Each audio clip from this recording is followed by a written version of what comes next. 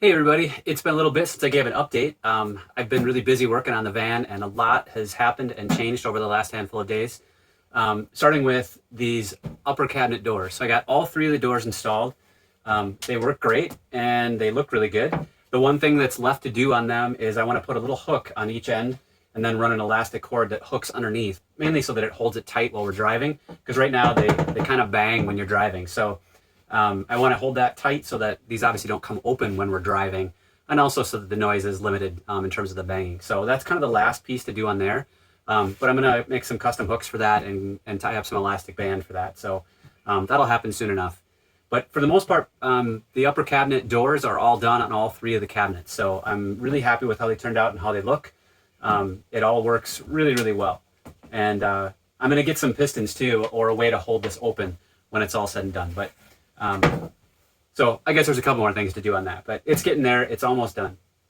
The other thing, and probably the biggest last job that I had for like a mechanical install, was getting the entire propane system set up. So I got the stove installed and I've got the heater installed, which I'll show in a second. A little bit about the propane system. Basically, the way it works is there's a propane locker where a propane tank sits, and that propane locker is basically sealed as tight as I can make it. So it basically is glued and screwed, and then all of the joints are caulked. And then I have a door on the front of it that's about 2/3 of it. And basically what that door is clamped on, and what that door has a rubber gasket around it so it closes up. And then the other thing I did is that there's a hole through the floor that goes all the way to the outside, where I ran a PVC pipe that actually goes down, and then there's a small elbow on that. And the reason for that is that if for some reason the tank were to fail, or if it was overloaded, or if it got too hot, a propane tank will actually vent out so it doesn't basically explode. And if it does that, you want that propane to basically go out of the vehicle. And propane is heavier than air, so it will fall to the bottom of the compartment, the locker itself, and then go out below the vehicle. So I've done as much as I can on that front to make sure that that box is as sealed as possible. The other thing that I did is inside the box, there's a two-stage regulator that basically regulates how much gas evenly, or regulates gas so that it goes out evenly to the two devices, the stove and the heater. And what I've done is there's another button that I created or added down here. Right now it's on. And what that does is it hooks up to a solenoid, which is inside. And basically what that does is an automatic on and off, or a valve that basically opens or closes. So to run the stove or the heater, that valve needs to be open. I don't know if I can see it in the video here, but basically there's a blue light, same as I have on the water. And again, that will go into a piece of trim that I just haven't installed yet. But basically, when you click that button, it opens the valve. If there's a problem with the valve, it'll automatically shut, which will basically shut off access to the tank itself, or gas coming out of the tank. So in essence, right now I've got the propane on, I've got the button turned on, or the solenoid open, and basically I have the stove set up. These has two little wings that come out, which helps contain any breeze coming in and makes the stove actually work a lot more efficiently. But for the video here, I will close this one and I will start the stove up.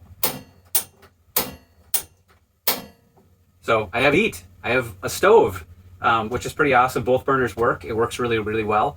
So I'm very excited about that. So it was a huge job to get all of the propane and everything run throughout behind all of the galley, and then back underneath the bed to the stove or to the heater, which I'll show you in a second here.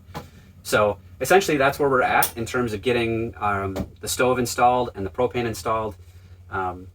Let's step back to the back of the van and I'll show you the heater. Okay, so here is the HS2000 Propex heater. It's installed inside the van. Here's the gas line coming down, and this is actually where the heat blows out into the van itself.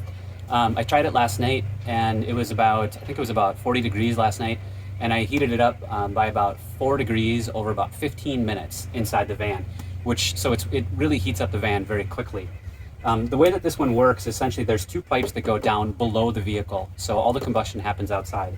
One of the pipes is actually your exhaust, and that actually runs out right below the back of the van and just outside the sill of the van. So all of the exhaust goes out and behind the van. And then there's a second pipe that's actually your air intake that's also put up a little bit forward so that air can come in there. You need to make sure that it's not near the actual exhaust, obviously, because you would be pulling an exhaust into your fresh air intake. When it's running, you do hear the fan. I'm not sure if we'll be able to sleep with it on or not. The startup sequence is fairly straightforward. It doesn't have a bunch of clicking, a bunch of noise. But once we get all the mattresses and everything in, and it's actually all taken care of in terms of boxing it all in and everything, I'm hoping that it'll be quiet enough that it's not a big deal when we're sleeping.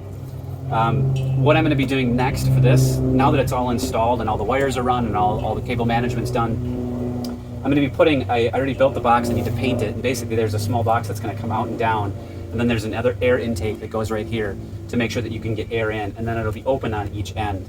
And then I've got a slot that works around this pipe. I still need to cover this pipe as well.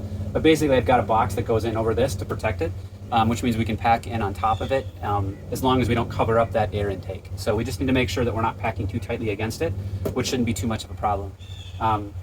But overall, it worked really, really well. I did have one problem when I first installed it, which is on the thermostat itself. So when I installed the thermostat, I had tightened it down when I first put it in, about a month ago. I put the thermostat in because I had to run the wires down in preparation for when I actually got to the point of installing this. I had screwed in the thermostat too tight. And when I did that, I flexed the plastic on there a little bit too much, so the buttons weren't working. So I needed to loosen that up. And then the buttons started working, and then I got heat. So that was a little disturbing to get it all installed and then not have it working right away. But I figured it out, and it got all working, or got it all working. The only other thing is that on the crystal, on the display, one of the segments of the display, the little LCD, is not showing. So it's still under warranty, and I already called the guys, and I'm going to be basically sending that back in and getting a new thermostat to install, which is really easy. It's just a wiring harness that clicks together. So it should not be a problem to install it. But everything worked just fine. It just didn't display as well as we'd like for a brand new product. So essentially that's where we're at right now. I'm going to paint that little box that I built, and I'll get that installed, and then the heating system and the stove are all done. So making really good progress. In terms of what's next, there's just a bunch of little stuff that needs to be done. I need to clean up some of the wiring and make sure that I get it all, the cable management done.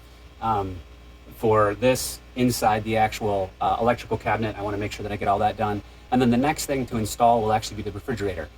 It's just two wires and basically plugging it into the box that I already made, which is basically right on the other side of this wall, and then screwing it into place and starting it up. That one should be fairly simple to install. Excuse me. But those are kind of the next big steps that need to happen. And I will give an update once that's in and running. So there you go. That's what I got. Thanks.